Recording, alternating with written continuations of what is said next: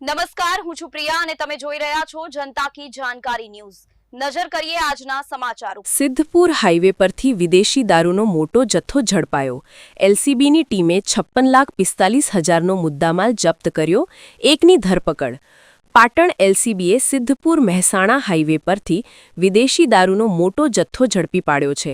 આ કાર્યવાહીમાં 56,45,132 રૂપિયાનો મુદ્દામાલ જપ્ત કરવામાં આવ્યો છે અને એક આરોપીની ધરપકડ કરવામાં આવી છે।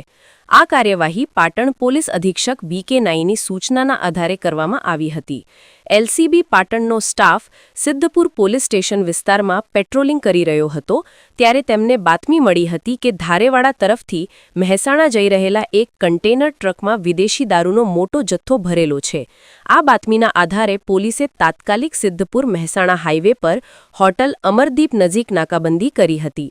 નાકાબંધી દરમિયાન કન્ટેનર ટ્રક શંકાસ્પદ જણાતા તેને રોકવામાં આવ્યો હતો।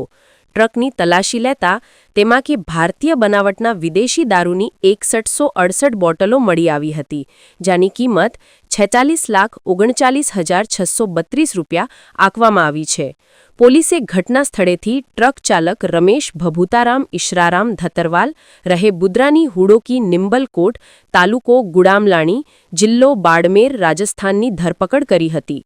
જપ્ત કરાયેલા મુદ્દામાલમાં 46,39,632 રૂપિયાની દારૂની બોટલો, 10 લાખ રૂપિયાનો કન્ટેનર ટ્રક, 5,000 રૂપિયાનો મોબાઈલ ફોન અને 500 રૂપિયાનું જીપીએસ મળી કુલ 56,45,132 રૂપિયાનો મુદ્દામાલનો સમાવેશ થાય છે।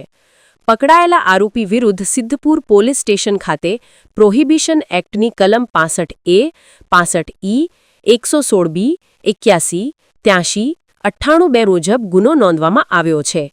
આ ગુનામાં વિકાસજી અને કન્ટેનર ટ્રકના માલિક સહિત 2 આરોપીઓ હજુ ફરાર છે, જેમની વધુ તપાસ એલસીબી પાટણ દ્વારા હાથ ધરવામાં આવી રહી છે।